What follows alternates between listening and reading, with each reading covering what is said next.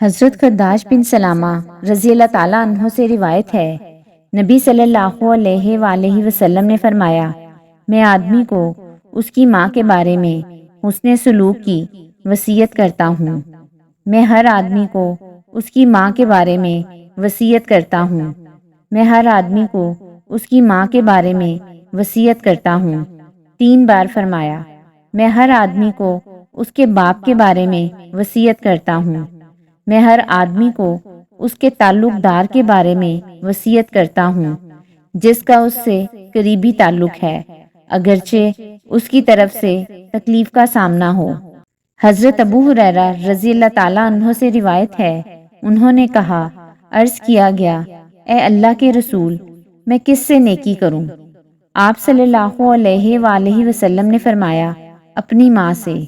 پوچھنے والے نے کہا، اس کے بعد کس سے؟ فرمایا، اپنی ماں سے۔ اس نے کہا، اس کے بعد کس سے؟ فرمایا، اپنے باپ سے۔